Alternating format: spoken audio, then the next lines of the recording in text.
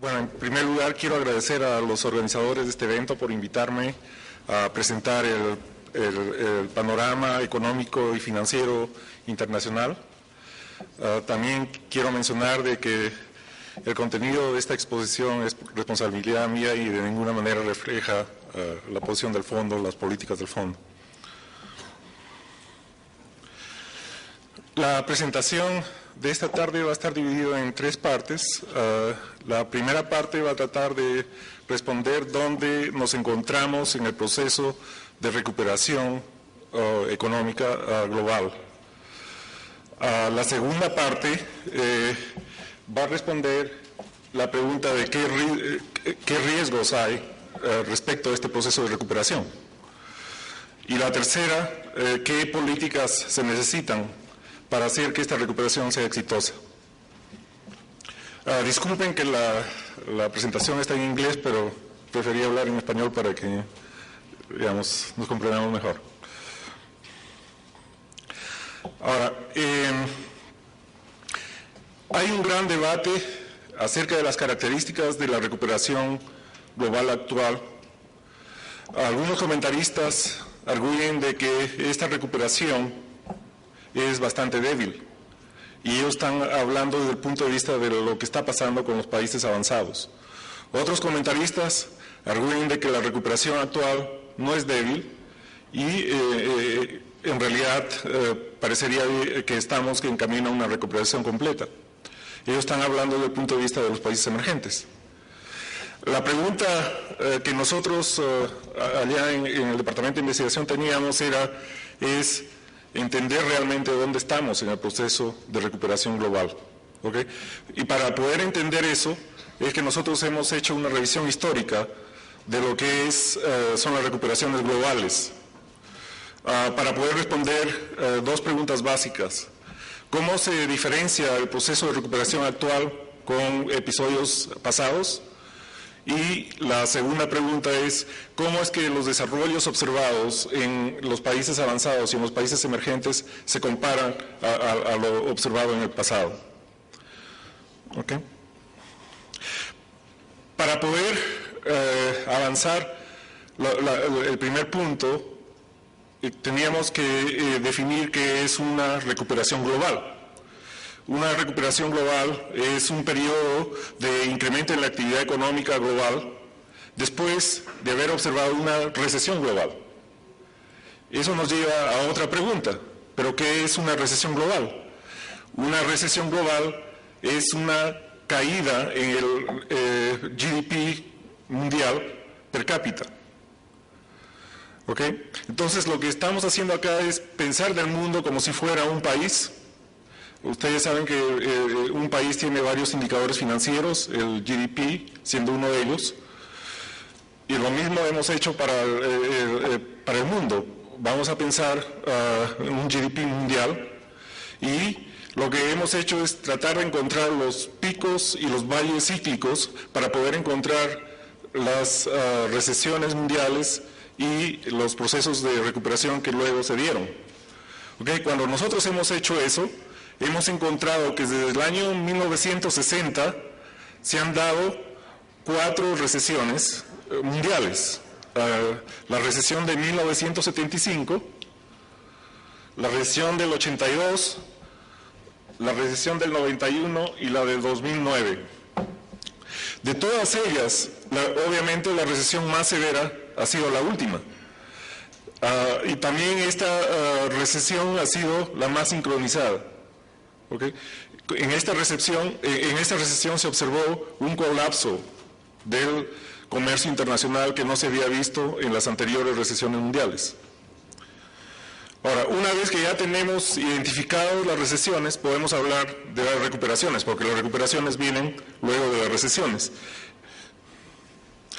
Ahora, para poder comparar, lo que nosotros hemos hecho es estandarizar la data. Tenemos 4 recuperaciones de las que estamos hablando: la recuperación de la recesión del año 75, la recuperación de la recesión del año 81, la recuperación del año 91 y la del 2009.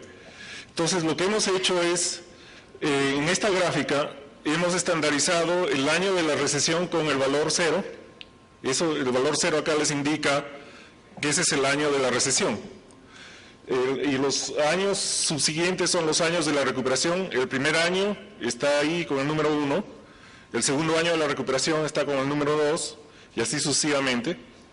Y luego hemos graficado cuál es el comportamiento del Producto Global Per Cápita, y estamos comparando ese comportamiento de estos niveles, de estos índices.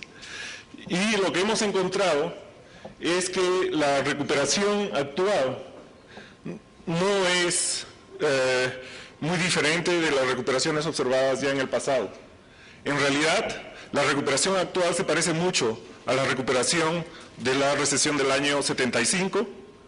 La recuperación actual obviamente está por encima del promedio de las anteriores recuperaciones, porque acá hay una recuperación del año 91 que es bastante débil. La recuperación del año 91 es la más débil que se ha observado. ¿Ya? Entonces, en términos de caracterizar la recuperación actual, lo que podemos decir es que esta recuperación no parece ser muy diferente de las anteriores, y si alguno quiere darle beneficio a la duda, es probablemente un poquito más fuerte de las anteriores. Ahora, detrás de esa imagen global, obviamente hay diferencias en los grupos de países. Ahora, nosotros nos hemos preguntado qué es lo que estaba pasando con los países avanzados y con los países emergentes durante estos periodos de recuperación económica. Entonces, lo que hemos hecho es hacer gráficas similares a las que ya les presenté, pero esta vez para el producto de los países avanzados y para el producto de los países emergentes. Ahora, ¿qué es lo que obtenemos o qué es lo que aprendemos de estas gráficas que tenemos acá? En primer lugar, lo que estamos viendo es que la recuperación la recuperación actual, en el caso de los países avanzados, es la más débil que se ha observado desde el año 60. ¿Okay? Entonces, hay un problema en términos de la debilidad de la recuperación de los países avanzados. También observen que esta recesión ha sido la más severa. La caída del producto antes de la recesión fuerte. ¿Okay? En el caso de los países emergentes, lo que estamos observando es que esta recuperación es la más fuerte que se ha observado desde el año 60. Entonces, acá hay una divergencia de fortunas en términos de la recuperación.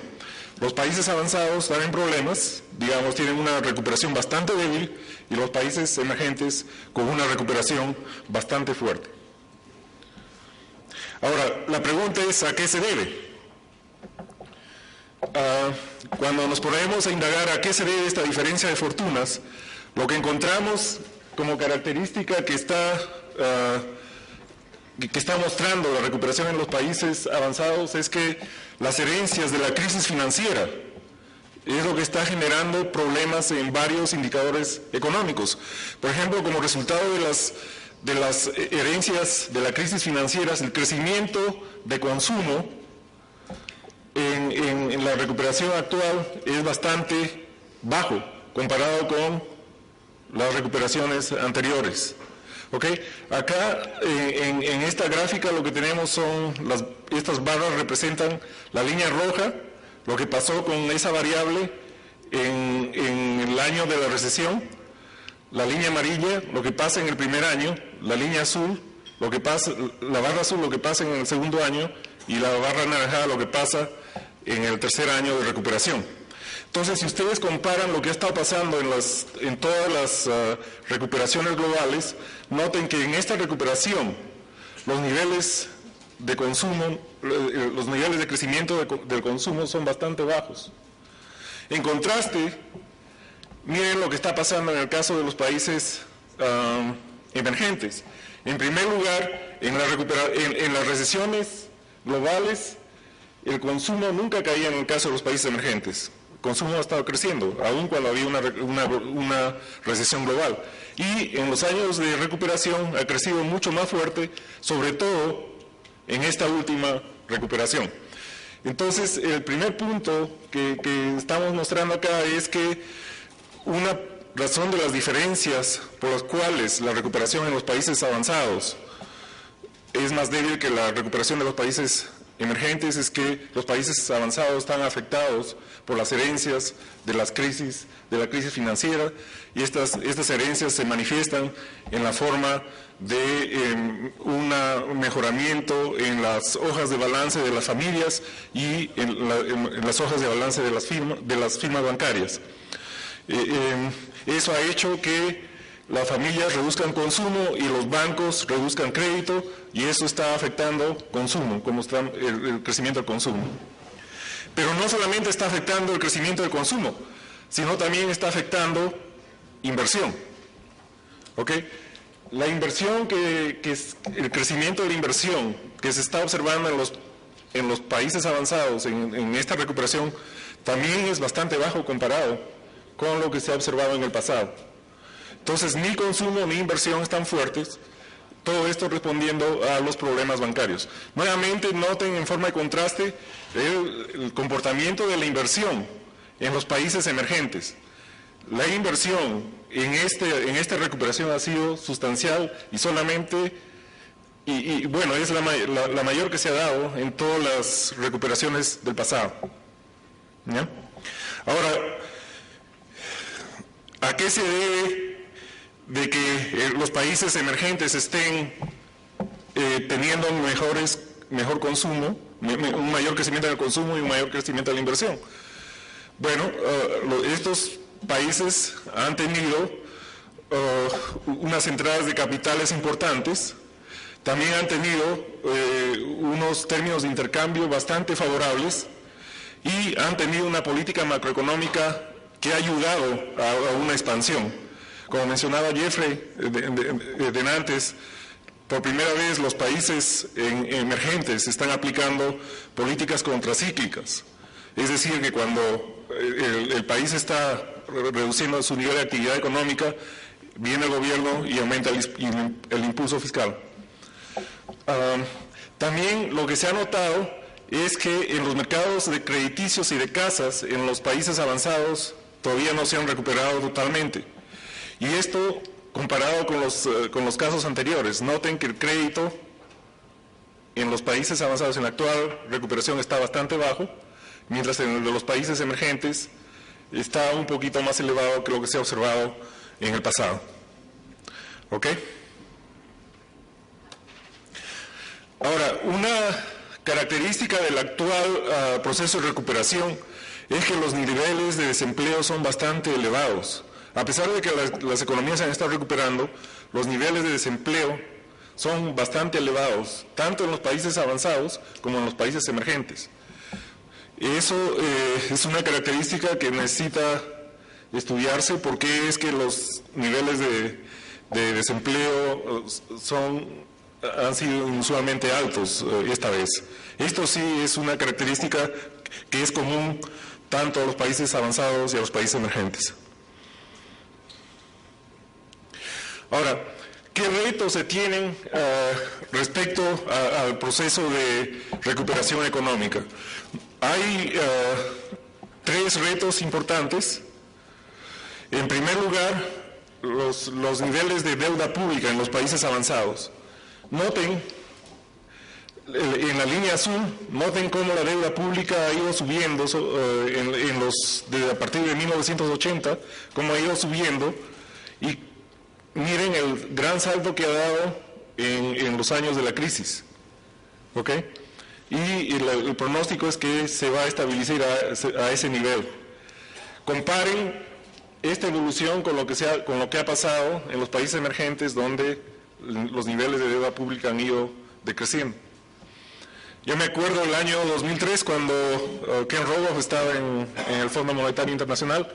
Él nos hizo estudiar la deuda pública en los países emergentes, porque era una preocupación en esa época. Si ustedes ven acá, habían subido a inicios del 2000, habían subido un poco, pero estaban relativamente elevados. Y hicimos un capítulo sobre la deuda pública que ayudó mucho a los países a controlar este problema a tiempo. Desafortunadamente no se hizo un estudio equivalente para ver los niveles de deuda pública en los países avanzados, porque se pensaba que ellos podían continuar con estos niveles porque el mercado los aguantaba. Pero resulta que el mercado estaba aguantando estos niveles de deuda pública tan alta con una deuda que estaba mal mispriced, que no estaba con los precios correctos. Y eso ha llevado a que los niveles de tasas de interés de la deuda soberana suba. Noten lo que pasó con el caso de Grecia. A partir del 2010 comenzó a subir sustancialmente. Noten lo que ha pasado en el caso de Italia y España. Ahora Colombia luce bastante bien comparado con esos países. Antes era impensable ver este tipo de comportamiento en la tasa de interés de la deuda pública. Ahora, los mercados han estado pidiendo una consolidación fiscal y los países han comenzado a implementar un proceso de reducción de déficits fiscales. Esto es lo que está pasando en términos de los países avanzados. Noten, la barra azul es el año 2011 y la barra roja es el año 2012. La suma les da el esfuerzo que se está haciendo en esos 2 años. Son consolidaciones fiscales bastante importantes en algunos casos, 6% del producto potencial total. Entonces, también noten de que hay diferencias a través de estos países, y hay 2 países que están ajustándose relativamente poco, que son Estados Unidos y Japón, y esos países tienen niveles de deuda bastante elevados. Esto implica de que los niveles de la consolidación fiscal que se va a tener en el futuro va a tener que ser relativamente importante en esos 2 países. Pero por ahora los mercados están felices de financiar deuda en esos países. Ahora, otro reto que se tiene respecto a la recuperación actual es lo que está pasando en el sector privado, en el proceso de leveraging del sector privado. Tenemos tanto las familias como el sistema financiero, y lo que acá tenemos son escenarios de lo que potencialmente va a pasar. Primero, en el caso de los bancos, tanto en Estados Unidos como en Europa. Esto es lo que se espera, que se siga reduciendo los niveles de crédito debido a que los bancos necesitan mejorar sus hojas de balance. La alternativa que tienen estos bancos es traer capital, pero lo que ellos están haciendo es cortar crédito. Entonces, crédito va a seguir cortándose, tanto en Estados Unidos, ya en Estados Unidos en una menor cantidad, como en Europa. Noten, los niveles de recorte de crédito que va a haber en Europa son sustanciales. Ahora también el proceso de leveraging de las familias, en el caso de Estados Unidos se ha avanzado bastante, pero todavía quedan unas millas por recorrer, pero ese proceso ya se está acabando. Entonces el reto principal es este de crédito que se está observando acá en los países avanzados. Ahora, otro reto que se tiene respecto al proceso de recuperación es la volatilidad de los flujos de capitales que van a los países emergentes. Esto complica sobremanera el manejo de política monetaria y el manejo de política fiscal. Y no hay mucho que hacer, ¿no? Porque esto es exógeno. Responde a si hay crisis o no. Entonces, eso es un factor que va a estar ahí. Ahora, respecto a la recuperación que hemos estado observando en Latinoamérica, estoy hablando de los países emergentes de Latinoamérica acá, y como ustedes saben, el proceso de recuperación en los países emergentes de Latinoamérica ha sido bastante fuerte y ha sido básicamente liderado por la demanda doméstica. Noten la participación de consumo que está con la barra azul, y la participación de investment con la barra anaranjada. Si suman los dos, eso es lo que le está dando la demanda doméstica. O sea, el crecimiento de consumo e inversión en estas economías ha estado por encima del crecimiento del GDP. Eso implica de que algunas economías han estado teniendo déficits de cuenta corriente. También noten el comportamiento de la inflación, ¿no? Como les decía, la recuperación ha sido fuerte. La inflación cayó sustancialmente como resultado de la recesión mundial y luego en varios de los países latinoamericanos la inflación está subiendo. ¿Ok? En el caso de Colombia, que son las líneas punteadas, acá la línea roja punteada es la inflación sin ninguna corrección. Ha caído, pero también ha comenzado a subir, pero todavía está dentro de la banda. O sea, esta tendencia de subida debe ser una cosa que les debe estar preocupando a los señores miembros de la Junta, sobre todo si eso se va a expectativas.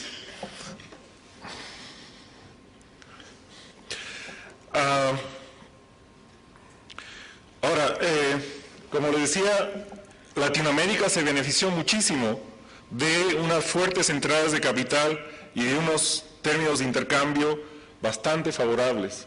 Y eso ha llevado no solamente a que el consumo y la inversión sean fuertes, sino también a que el crédito se haya expandido relativamente fuerte en varias economías, incluyendo Colombia, acá con la línea roja.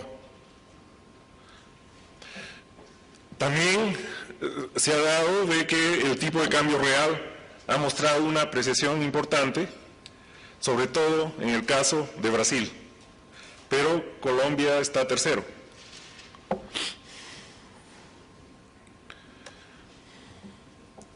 Ahora, ¿cuáles son los riesgos para la recuperación o para el panorama de recuperación que les he presentado? En realidad, en el WIO se hablan de varios riesgos, ahí se hablan de riesgos para arriba como riesgos para abajo. Acá en la discusión solamente me voy a concentrar en los riesgos para abajo, que son que haya unas mayores complicaciones en Europa y que los precios de los petróleos sea más alto de lo que se ha pronosticado. O sea, riesgos positivos podrían ser que los niveles de inversión en los países avanzados sean más altos de lo que se han observado ya. Eso llevaría a un mayor crecimiento económico, por eso es un riesgo para arriba. También que el precio del petróleo caiga, eso ayudaría a mayor crecimiento económico.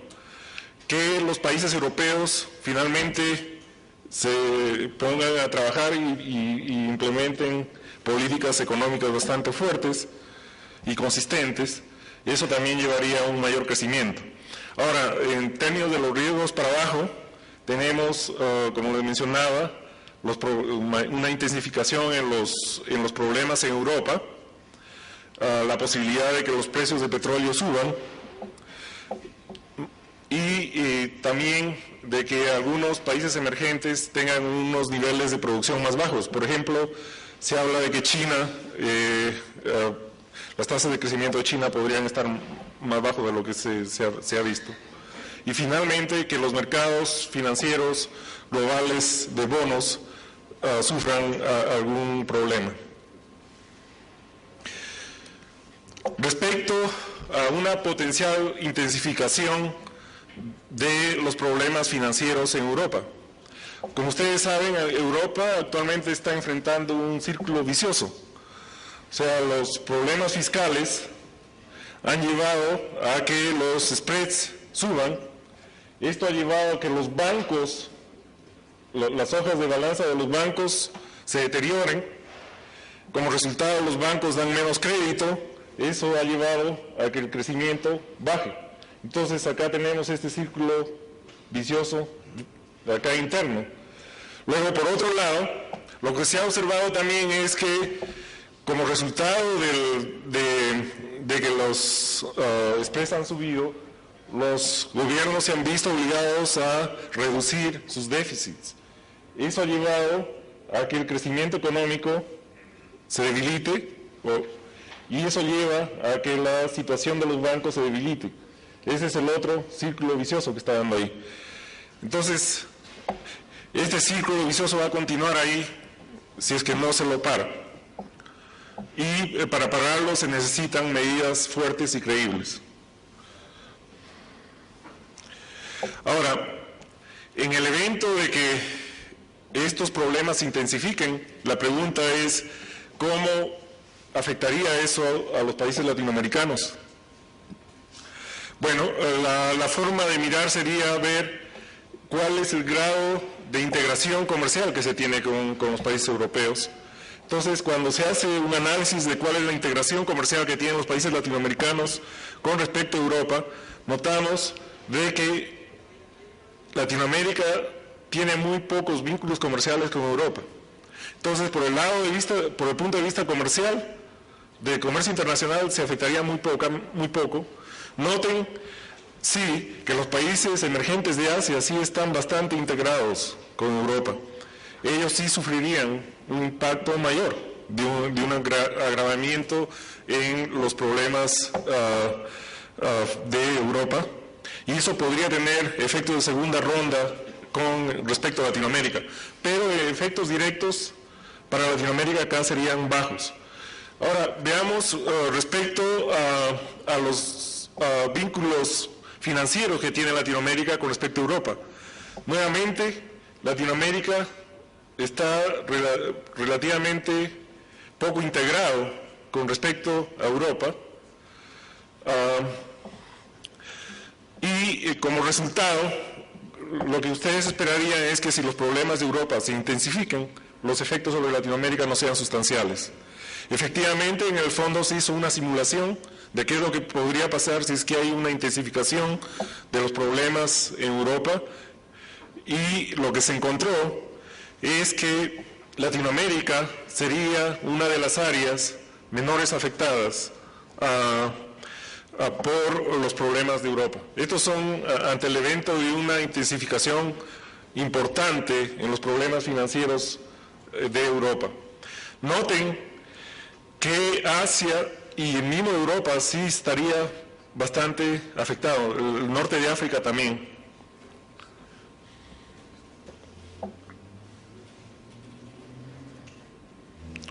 Ahora, respecto al segundo riesgo que les mencionaba, que era la posibilidad de que los precios del petróleo suban,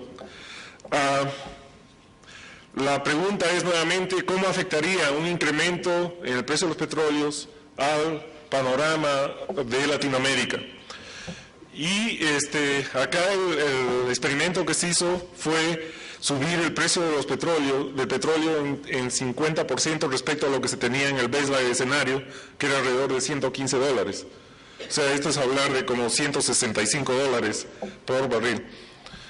Entonces, lo que se encontró es que los efectos sobre el nivel de actividad económica en Latinoamérica no serían sustanciales en el evento de que los precios del petróleo suban. Recuerden que acá en Latinoamérica tenemos algunos productores de petróleo también, eso ayuda, ¿no? El caso de Colombia. Ahora, lo que sí se vería en el evento que el precio del petróleo siga subiendo es que la inflación en Latinoamérica sí se dispararía. Entonces, acá los bancos centrales de Latinoamérica tienen que estar vigilantes a esta posibilidad de una mayor inflación en los países latinoamericanos como resultado de los incrementos en los precios del petróleo. Ahora, la pregunta es, ¿qué se necesita hacer para mantener el proceso de recuperación o para darle la posibilidad de que el proceso de recuperación termine bien? Bueno, depende de qué tipo de economía se esté hablando. Cuando hablamos de los países avanzados, obviamente ellos tienen que continuar con su proceso de consolidación fiscal, y este proceso de consolidación fiscal no debe ser ni mucho ni poco. O sea, ni mucho porque no sería creíble, ni mucho porque generaría problemas serios con la recuperación económica, ni poco porque no sería creíble para los mercados. Los mercados dirían, no, eso no funciona. Ni muy rápido porque ustedes no creen en cambios drásticos en la política fiscal, ni muy despacio. O sea, acá se debe buscar un balance, y eso debe ser depender mucho de cada país. Ahora, la política monetaria debe continuar de una forma que siga apoyando la actividad económica, o sea, las tasas de interés deben mantenerse bajas por un periodo todavía hasta donde haya evidencia de que los problemas de inflación ya están viniendo. Además, estos países necesitan procesos de reforma estructural que han ido retrasando año tras año.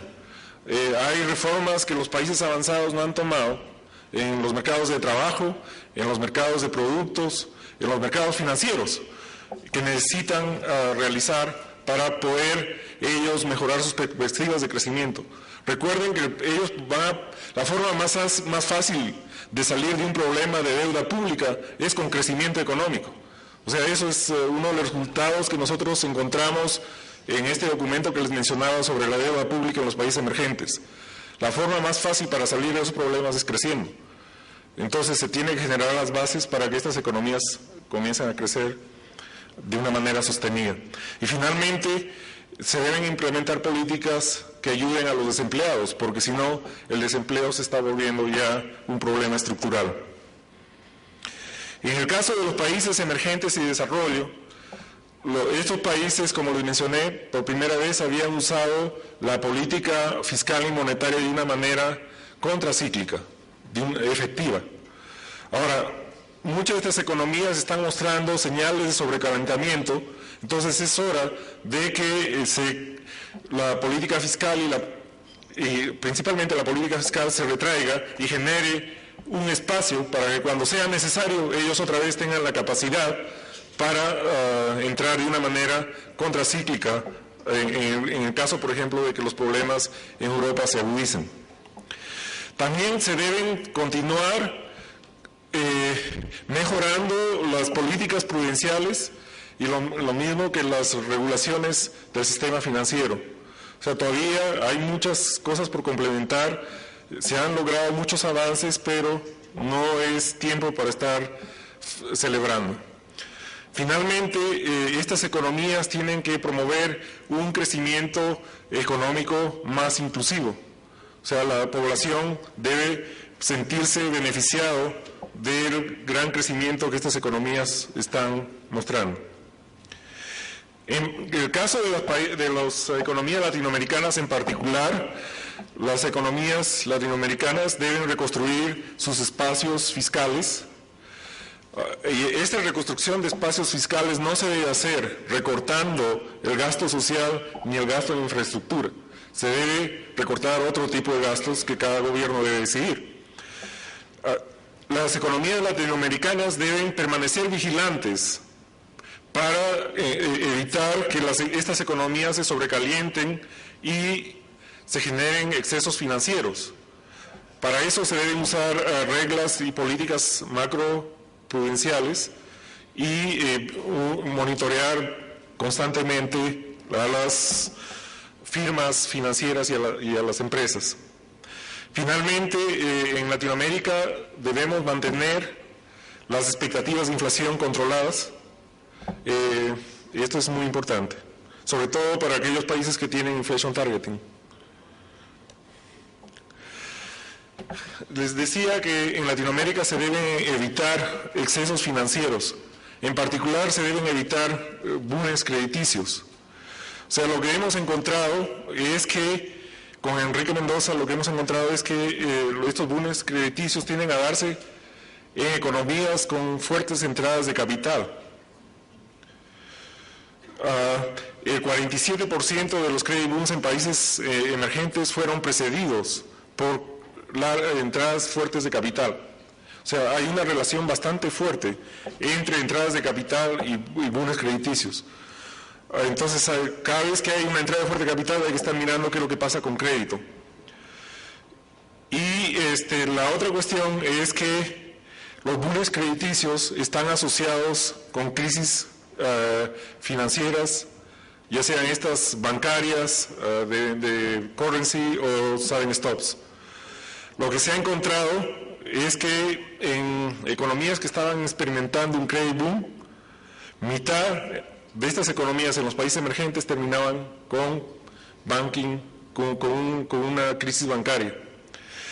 2/3 de las economías que tenían credit booms han terminado con una crisis de moneda, y 1/3 de las economías emergentes que experimentaban un credit boom han terminado en una situación de sudden stop. Entonces, hay que mantenerse vigilante con esto. Finalmente, ¿qué es lo que deben hacer todas las economías? Debe haber una mayor coordinación de las políticas financieras alrededor del mundo y respecto a las reformas de los sistemas de estabilidad financiera. Y la otra cosa era que se deberían reforzar los firewalls globales para atacar problemas como los que se han dado en Europa. Bueno, muchas gracias.